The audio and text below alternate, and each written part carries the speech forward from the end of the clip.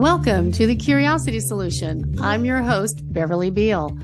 Join us as we explore the science of curiosity, share stories of people who've used curiosity to improve their lives, and maybe inspire some aha moments along the way.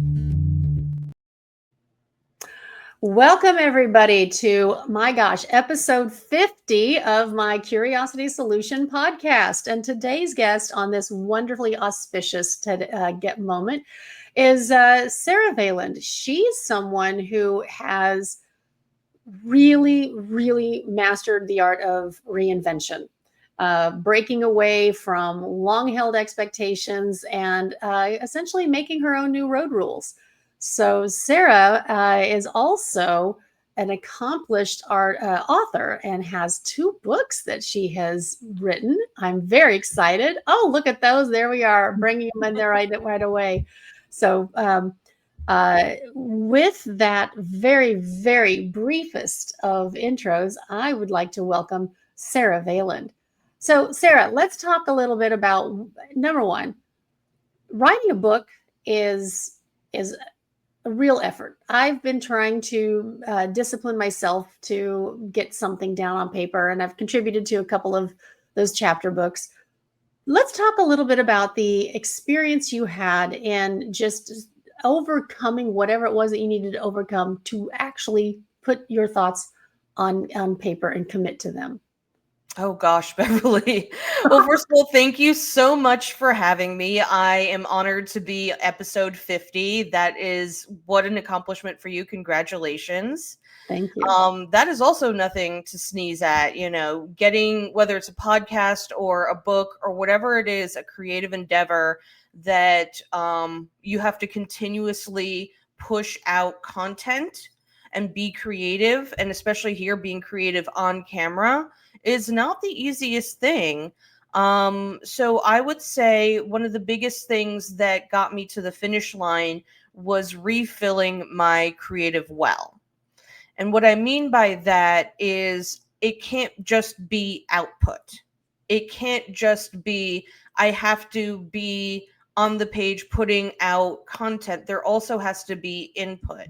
And that's something that I actually learned from The Artist's Way by Julia Cameron. I'm a big fan of Julia Cameron and The Artist's Way. This was my second time. I'm actually finishing up. I'm on week 12 of 12. So I'm finishing up this last week of it this week. I'll be finished next Wednesday.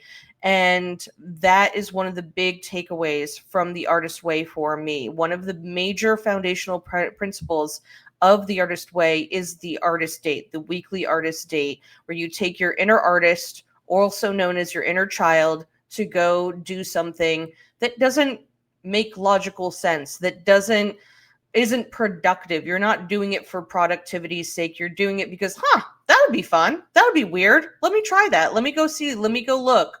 What is that? And doing those kinds of things over the last 12 weeks is what got these books to the finish line for me. Oh my gosh, I love that. I have the book upstairs. Have I done it? No, I have not. But everybody tells me that it's just an amazing experience. But I really love that focus on creativity. So let's talk a little bit about how curiosity and creativity shows up for you. Was that something that, as you were growing up, was your original inner child allowed to play? No, I was a very serious child. I think naturally very serious. But that was also kind of praised by the adults around. Wow, she's so serious. Like, I was very intently doing whatever I was doing. I wasn't naturally very playful. My curiosity and playfulness came in the form, and my curiosity too came in the form of figuring things out. I had to figure out how the puzzle worked. Like, if they gave me a puzzle, I would sit there and do it over and over because I wanted to figure out, how does this work? How do these interlock? Or, I played with Connects, which is a constructor toy, and I wanted to figure out how to build things and how to deconstruct things. At one point, there was an old PC, an old frame computer, and I just took the thing apart. They're like, we don't need this anymore. And I took a screwdriver and I just took every single little piece, every screw that I could unscrew, and so it was very much this deconstructing. So my curiosity as a kid came from um trying to figure things out. It wasn't inherently playful. I wasn't like, "Wee, look at me, look who's on the table, look who's on the ceiling." I wasn't a wild child. But even still, that curiosity was tempered with, well, you have to be a good little girl, and all of the rules that surround, being good. And even my curiosity towards books, I was an avid bookworm. I was reading at least a book a day. Those little kid books I was reading avidly, intensely. And even that was, you don't like, a girl shouldn't be so bookish. Mm. I was 8 when I first learned how to drive a tractor. I grew up on a farm. Incredible. I'm the youngest of 8 kids in Kansas, and just needed another set of, one more body to make Hmm. sure that I could do that. And so we had a hand clutch tractor Hmm. that allowed me to operate it. But that was when my bookish days were ended. It was at that point. It's like, nope, nope. If you've got time to read, you've got time to do chores. So was that similar for you growing up? No, very different, because it wasn't about chores and work. It was about appearance and being raised into a young lady. Especially when I turned 12, there was expectations about what does a young lady look like, how does she behave, in society. There were so many things about my appearance, what I was supposed to wear, getting my hair done, getting my manicure done, my eyebrows plucked, putting highlights into my hair when I was 12, because I had to look a certain way and present very feminine, because that was the cultural standard in our social network. And so once I was 12, there was none of this, you can't have your nose in a book.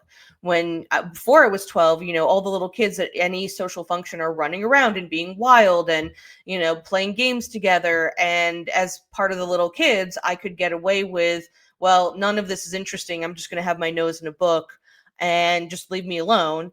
And once I was 12, I was no longer one of the little kids. I was a young lady. And so all of a sudden it became rude to have your nose in a book at a social function, which, granted, yes, it is. But when it's somewhere that all the adults are talking, all the little kids are running around, and you're stuck in the middle in this awkward preteen phase, what are you doing there?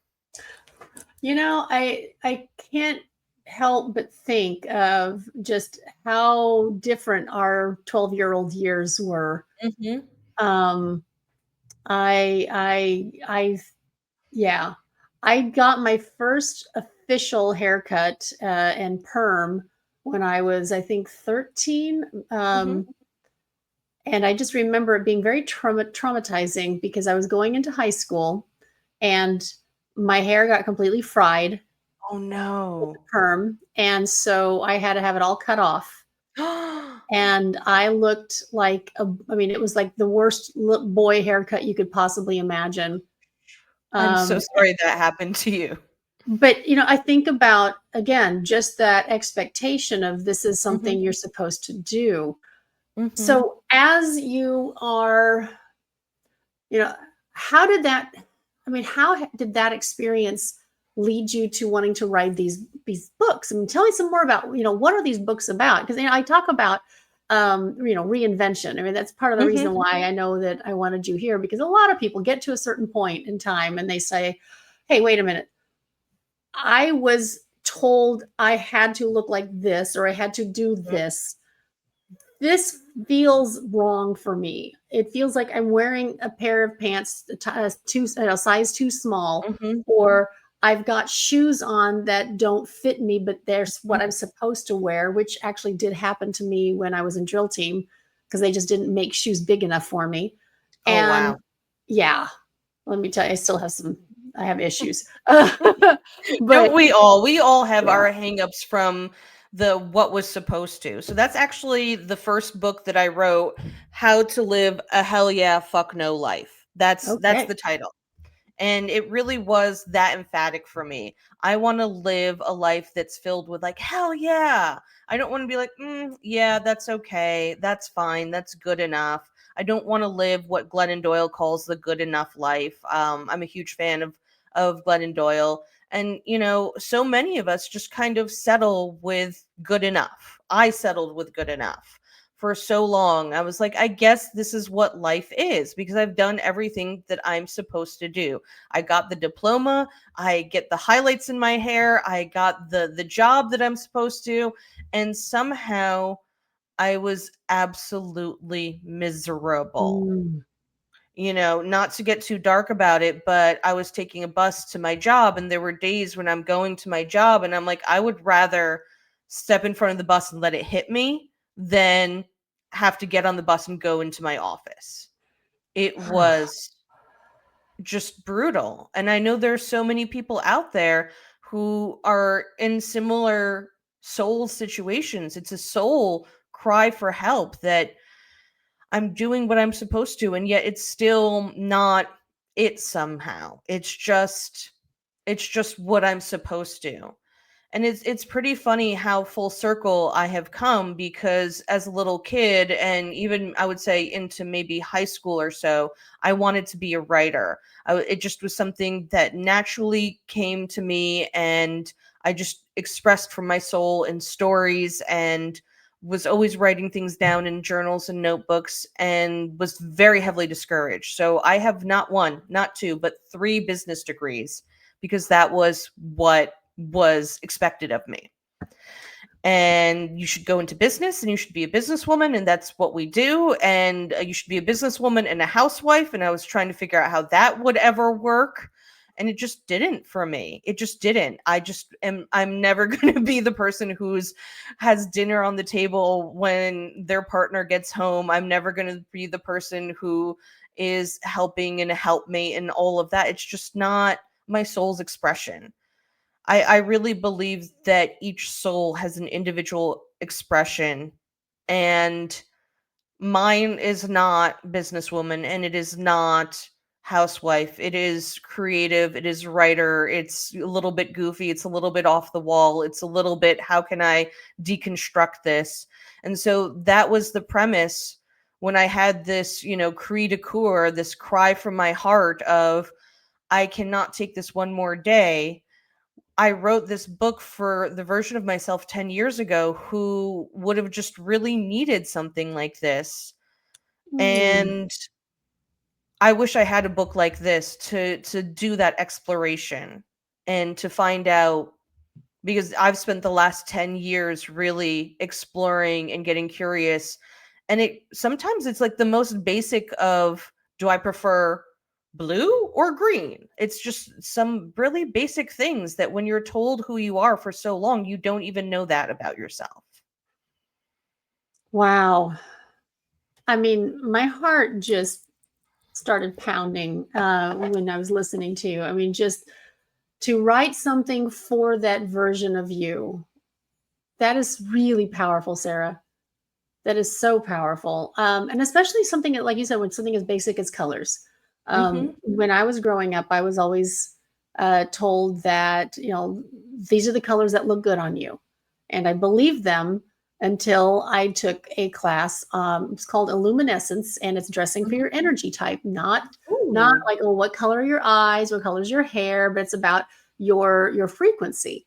Mhm. And now, of course, I know that, oh, it's actually a combination of your Chinese astrology elements. Mhm.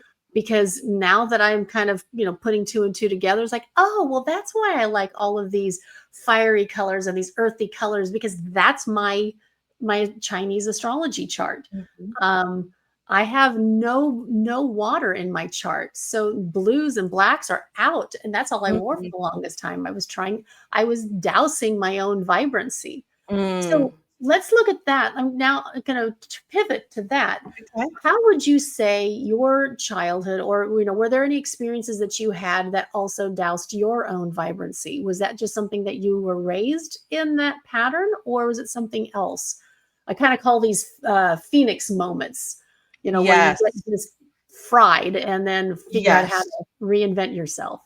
Yes, I love that question so hard, and I totally resonate because there's so many cultural standards of how you're supposed to look as a woman, as a little girl, as a girl. There are colors that you're supposed to wear, colors for your complexion and all these things, and you're supposed to present in certain ways. So absolutely, I felt so doused of vibrancy. One of the things that really just I remember so vividly and so physically is when Spanx was invented. And so now that just became a standard of wearing control wear underneath your clothes. And I physically could not breathe. I Mm. physically could not take a deep breath for years, because that was just the standard of how you had to look. You had to compress yourself, to literally shrink yourself. And it's physically overwhelming. It physically restrains you and you can't breathe. And when you can't breathe, how can you fully voice yourself? Well, Absolutely. I mean, I am a tall woman and I'm not necessarily small. In fact, one of my, I mean, I'm not, I'm substantial. I take up space. And even at my very thinnest in my early teens, my father walked up behind me when I was actually talking with one of the guys that I had a crush Mhm. on. And, and he's like, "Wow, Bev, you're built like a brood mare. You got childbearing hips." That's Oh not my God, about what a that's horrifying. that's not what a 14-year-old wants to hear, especially, No, with the guy that you have a crush on right next to you. It's like, no, no. "Oh, thanks, dad. Thanks." Thank Yeah, you. Thank you. I do not have a figure that is currently viewed as popular. Hmm. Which is But a whole nother rant that I can have. Why are women's bodies following trends? That's like a whole nother conversation. oh, I know. But again, it has to do with control. It has to Mhm. do with this is what you get to, this is the box that you get to live in. So how Yes. does your family react now that you have written this book that essentially is how to break out of the box that you raised me to live in? That's hysterical. Well, first I want to give a little bit of background on my family. So both of my parents are immigrants from the former Soviet Union. Mm, And so I have the deepest empathy for their lived experience, because their lived experience was, if you stand out in any way, shape, or form, you will be disappeared by the KGB and you will never be seen again. And that's just it. You don't want to stand out. You don't, like, it's dangerous. I'm It's having a literally, very physical reaction thinking about that, like, oh my gosh. yeah, it's terrifying. It's terrifying. So when they gave birth to this vibrant, ocean of a child, like, you're fire, I'm ocean, and the with these roaring waves and these creativities and these emotions, and it scared them.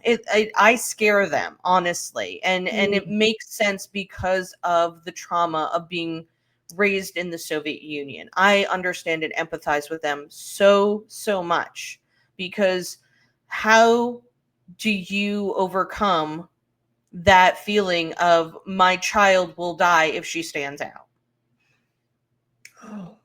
I can't even imagine. I No, cannot imagine. Um, no wonder they wanted to make sure that you looked as much of the part of the typical American girl. exactly. That was how they It, were it makes trying to so keep much sense. Yeah, I mean, they were simply trying to keep you safe. Hmm. I mean, my parents, they immigrated. They stopped speaking their native language, Russian, immediately, and just assimilated and got as clean speaking English as they could, wore American style clothings, shunned, their parents' traditions, and were doing everything to become American. They had no intention of ever returning to Russia or the Soviet Union or any of those countries or places ever, ever again. It was just a complete break with that. And Mm. so here you are, you're trying to make your kid into, a blonde, blue-eyed American girl doll child who's in the Girl Scouts and, is going to succeed capitalism, become a businesswoman, do all the things. And here I am. I'm like, but I really feel deeply and intensely about writing and creativity and curiosity and psychology and understanding how people think. And it terrified them, and absolutely terrified them. It still does to this day. They're still on edge about, especially because I moved west. The entire family, and I will say, random Friday night dinner, when the family gets together, it's 30 plus people. We have a big enclave of family, and they all live within 1 hour drive of each other in the Northeast, and I live in Texas.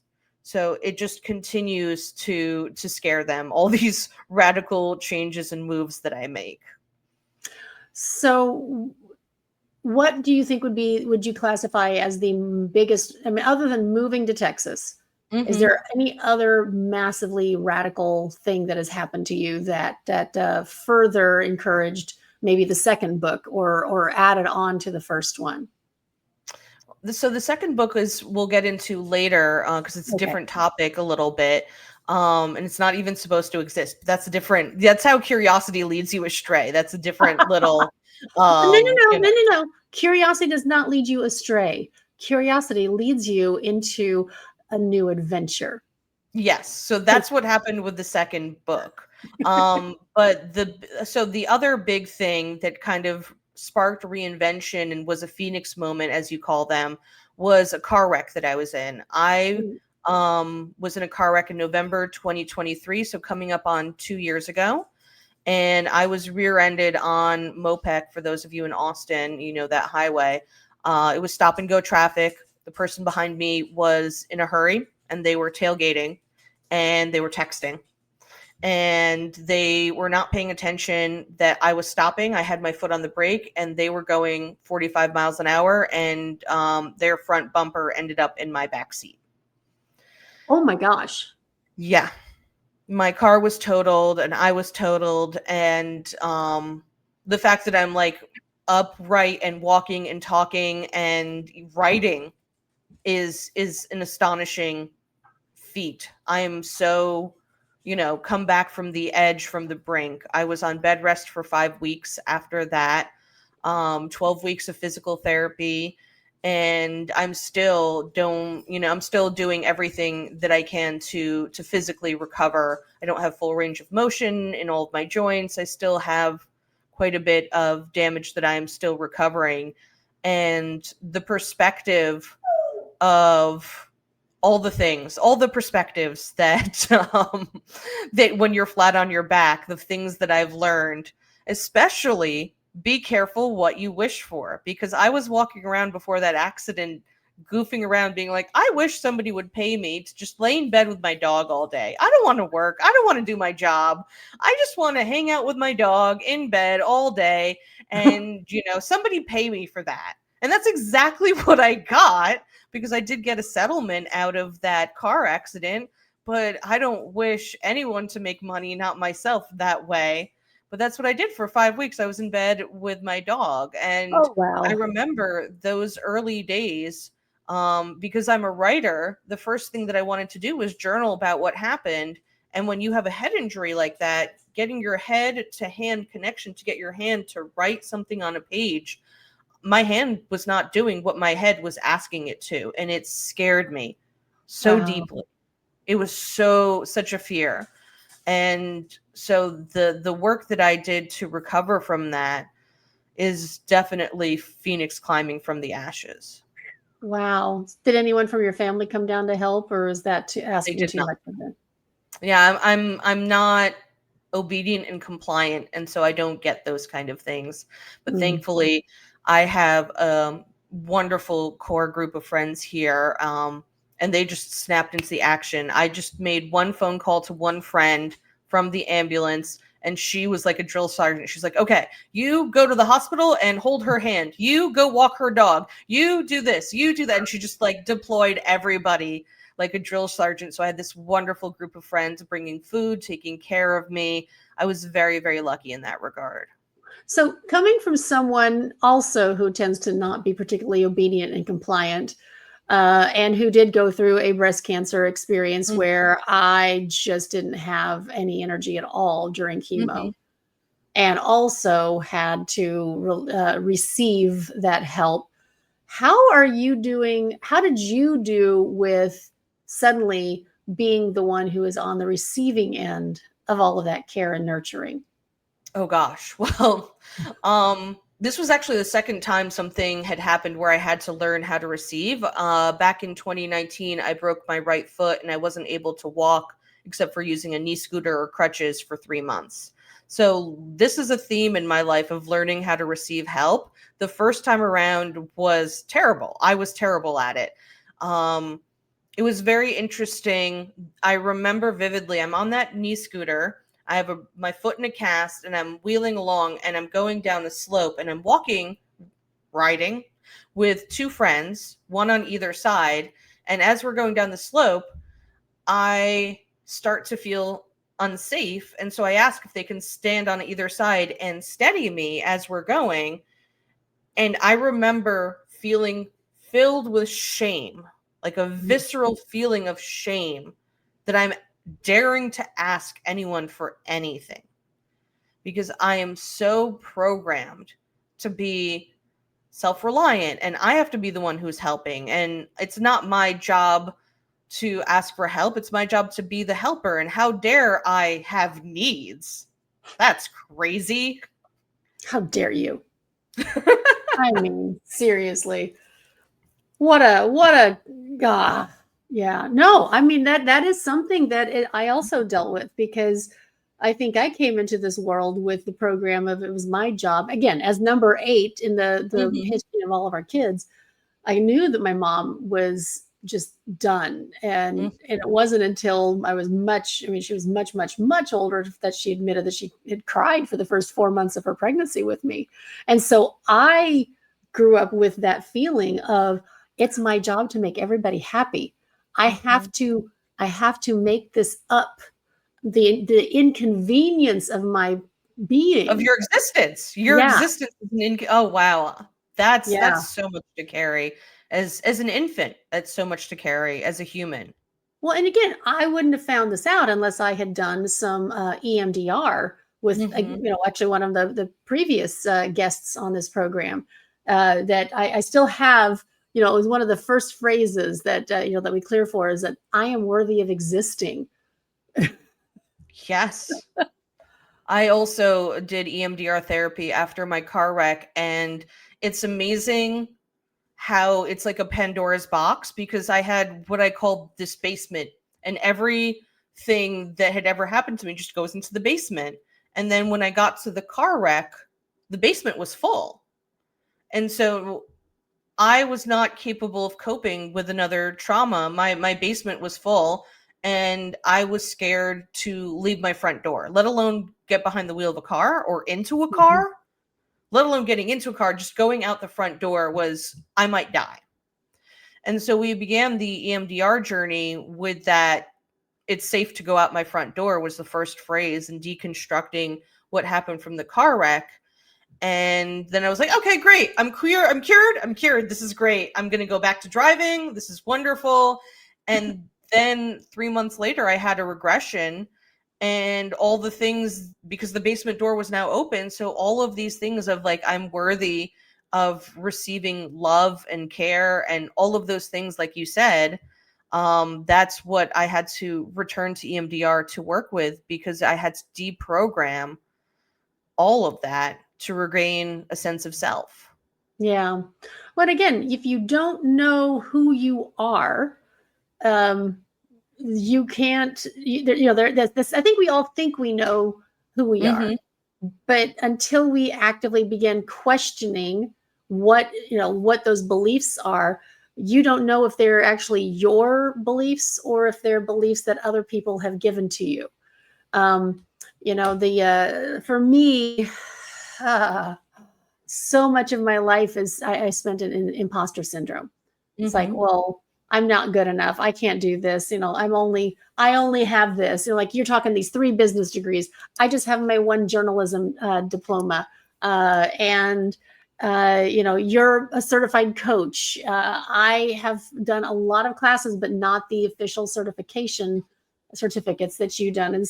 And yet I also know that the type of energy work and intuitive guidance that I do is incredibly powerful.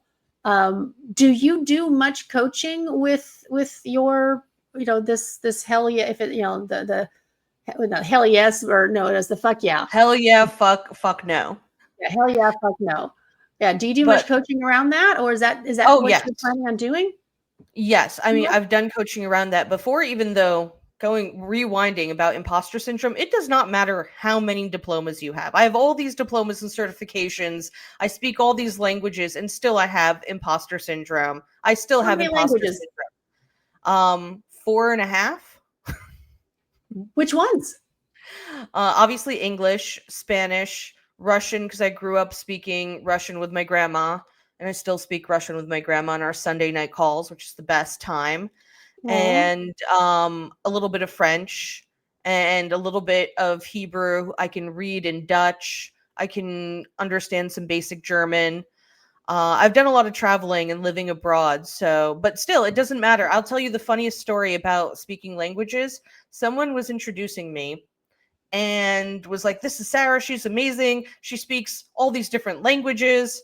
And I was like, "Oh, it was kind of by accident that I learned these languages. It wasn't really like, I can't take credit for that," which is insane to say.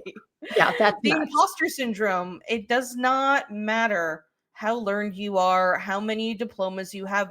I still, when something happens, I'm like, "Oh, I'm the grown up. I'm the grown up. Is there a more grown up? Because it doesn't seem like I am qualified to be the grown up in this situation to handle. And you're coming to me and I'm helping you, and I see amazing results with my clients. I'm so proud every time I do a session with a client. I get up and do a happy dance when the Zoom call ends, because I'm so proud of the work that they put in and the changes and facilitating. I love working with my clients. And at the same time, I'm still like, but that's not me. I don't know who that is, but that's not. So imposter syndrome, it really takes a lot of healing to work through that and to really claim ownership and to practice. I practice all Yeah. the time saying I'm proud of myself. I practice it all the time. Affirmations are not just for what you're calling in, but they're also a way to reprogram the old phrases and claim what you've achieved. Yeah. I actually saw something the other day that talks about the difference between an affirmation and inquiry, and Mhm. how when you're by asking, it's like, well, how can I be better at this, rather than Mhm. simply saying, I am so good at, at whatever that is, because then it like switches on the problem solving part of the brain. Oh, I And love that. yeah, and so I've actually been trying to do more of that type of, Mhm. instead of affirmations, doing more inquiry and Mhm. questioning, because it turns it into the puzzle. It turns it Mhm. into more of a game. And maybe I'm just, falling into the gamification craze that seems to be, that's the But it almost not, works. it does It work. works. It does work. Absolutely. So getting back to your physical body, like Mhm. when you're having one of these moments where there's a slight regression, Mhm. or where you're in the process of questioning, like, oh, is this the yes or is this the no? How do you physically determine for you? And maybe it might spark other people's own curiosity about how things like that show up in their bodies. This is such a great question, and it was actually remarkable how I figured out my yes and no in my body. When I lived in New Jersey, I had chronic pain in this part of my shoulder. I had never injured it, I'd never had any accident. I just had pain all the time in that shoulder. For those who are going to be listening to this on audio Yeah. only, can you describe the part of your shoulder and the Yes. pain? Yeah, so it was my left shoulder, It was the shoulder blade. It was the pressure point where kind of close to where your neck connects, but also just the whole left shoulder, especially in the back. And it was just a constant ache. It was a Mm. constant ache, a throbbing, dull ache. And then, sorry, can we pause for a moment? Yeah, I think we can pause for a second. Hold on. So I had Okay. this chronic pain Okay. and didn't understand it. No doctor could diagnose it, did imaging on it, did not understand. There was nothing wrong with it. And then I made the decision to leave New Jersey. I put my house up for rent. It all happened very quickly, very easily.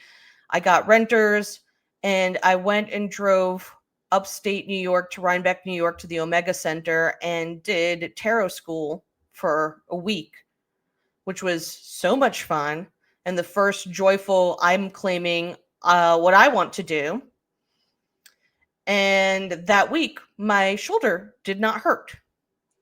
And then I drove back towards New Jersey because I had a few last things that I needed to do in the area. My house was already rented out. And then I was planning to drive west after I finished these last things. And as I drove back, my shoulder started hurting again. And Wow, that's not subtle at all, is it? No, it was not subtle at all. And I was pretty floored. I was like, okay, this is interesting. And so I started paying attention to it. And now it is very clear when I'm going into a situation that I should not be going into, I have pain in my shoulder. It is a very clear no, do not do that. Our Wow. bodies are so wise and so knowing. And I have this very clear no in my body that shows up whenever I'm doing something I'm not supposed to do. The image I got in my head as you were talking about that is it's almost as if it's your higher self saying, hey, do this and you're going to get stabbed in the back. Stop stabbing yourself in the back. That's exactly what it feels like. Wow. So what's your yes? My yes is more tingly. It's usually sensation in my chest, in my hands, especially when I put my hand over something. If I'm trying to decide, should I buy this or do I need this? I can feel heat in my hand. And also I can feel like just a joy in my chest.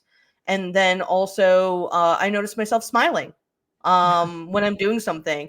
I'm not paying attention and I'm just smiling. I'm like, oh yeah, this feels great. Yeah, this is good. And then I'm like, oh, I'm having the emotions without noticing it. And that's also a big part, I believe, of this whole, it's what I coach about, and it is what my self process is of noticing what's happening in your body, what's happening in your emotions. I think we live life, up here with just from the neck up, a lot of our society, because it's like you wake up, you take your brain to your office, your brain does the work at the office, and then you take your brain home to the couch where you Netflix it away, and then you go to bed and do the same thing on repeat. And so we're not engaging from the neck down in our body wisdom, in our bodies. And so just learning to pay attention to the emotions in my body, it was a long time, took me a lot, because it's just not something that's encouraged in general. It was not encouraged for me. It was not something that I engaged in. And getting into my body and hearing the emotions, hearing the wisdom of my body, it was a big journey for me. I could not agree more in that we too many people they are only, especially women, are only allowed the more fluffier emotions, the let's be nice, let's be sweet, let's be quiet, let's be nurturing and loving, and forgetting that where we get our raw power, where everybody does, but it's those lower chakras. In my experience, the way to fully develop your crown chakra is to fully develop your root chakra, because they work together. They work together. Yes, yeah. 1,000% agree. And every healer that I've ever spoken to, and every book I've ever read, everyone starts with the root chakra. Yeah. And that's what scares too many people, because again, we're not supposed to be angry. Women, we're not supposed to show anger. No. And men aren't supposed to show any kind of softer emotion. They're allowed anger, they're allowed lust, and they're allowed like hunger, food, whatever. But yeah, it's desire. Yeah. desire. Thank you. Whatever you're desiring, whether it's material objects or food or, lust, it's desire. Yeah. Thank you. There was that moment where the word was like, okay, the mice going through the Rolodex are not moving fast enough. Oh gosh. So how can people, so you said we were going to talk about the second book and how that was a little bit of a rabbit hole side quest that you went on. Let's talk a little bit more about that. So this one is called How to Tame Your Squirrels. I like my squirrels. I feed them on a regular basis with our bird feeder. Exactly. So especially in like modern neurodivergent speak, your squirrels are all your ideas and all the things and all the tasks that you have to do. So I have 1,000 squirrels. There's the laundry that's sitting in a pile on my couch that you can't see out of frame. There is the dishes that need to be taken out of the dishwasher. There is all of those tasks things. But then there's also ideas. I have 2 novels that I'm working on. I have marketing ideas for coaching. I have a podcast idea. I might launch 7 more businesses before I go to sleep tonight. There's a million ideas that are always just generating. And this book was one of those squirrels. I was doing a coaching session with a client, and we were talking about taming those squirrels. And I said, what you need is a system. I said to her, you need a system on how to tame your squirrels. And she goes, that sounds like a book. And I said, that is a book. So I was working on the first book, had the squirrel pump in and was just like, hey, you should write a book that's a system for how to tame your squirrels, to how to organize all those ideas. And I said, wow, that's a great idea. So I ended up doing 2 things at once, as I often do, and created one journal for people who are in that place like I was 10 years ago, who aren't quite sure, like, this isn't me, but who is me? And the other one is for me today. I have a copy of How to Tame Your Squirrels that I use myself to tame all of these ideas. And it really is the system of every time you have an idea, you put it in the squirrel nest. There's a squirrel nest here. And you just put it into the squirrel nest. Every time you have an idea, you put it in your squirrel nest, and then you start working through the ideas instead of having Post-it notes, and you start, notebooks and all these different things. It's all in one place, and there's a system there to take an idea from the squirrel nest to the finish line. Oh my gosh, I love that. And I keep coming back to the idea of you taking apart the old box computer just so that you can see how it all was put together. And then you reconstruct it in this squirrel nest book where people can take a look at all of those different bits and parts and see the beauty and intricacy and interdependence of all of them. Oh, Sarah, those are both brilliant books. I actually can see how they would work concurrently, because that inner child, the little one that needs the extra play, desperately needs to know that they're loved and supported. But then, we still have, like you said, the boring adulting things that we have to do. And it's a whole lot easier to play with that child when the adulting things are moving together. Have you had people start to use both of them together like that? Well, I've just launched 4 days ago. So I don't know. So not yet. I don't know how they're going to be used. I'm learning and I'm using How to Tame Your Squirrel. So I'm learning how to work with it myself. And I'm just very excited and curious and open now that this is out there. please take it and run with it and see where it leads all of us. I'm very curious, and I'm excited to be in conversation with people who are doing the journals, especially because I know that things are going to come up as you do the journals. So I'm excited to work with new clients who come and be like, hey, I was working on your journal and this issue came up and I would love some, guidance and coaching around it. Okay, I love that. So that takes us to a great wrap up point. Mm-hmm. How, Sarah, can people best connect with you and purchase these books? So the best way, and actually the cheapest way, is to go to my website, sarahveyland.com. And there's a section there that says guided journals, and you just click through and it will take you to the print on demand page where you can buy one of the journals for the cheapest price. The first journal, How to Live a Hell Yeah, Fuck No Life, is available on Amazon if you want to go the Amazon route, but honestly, we're not big fans of Amazon around here. So the best price and the easiest way to get it is through my website. And if you have any questions for me, also. Yeah, well, honestly, it's not even that.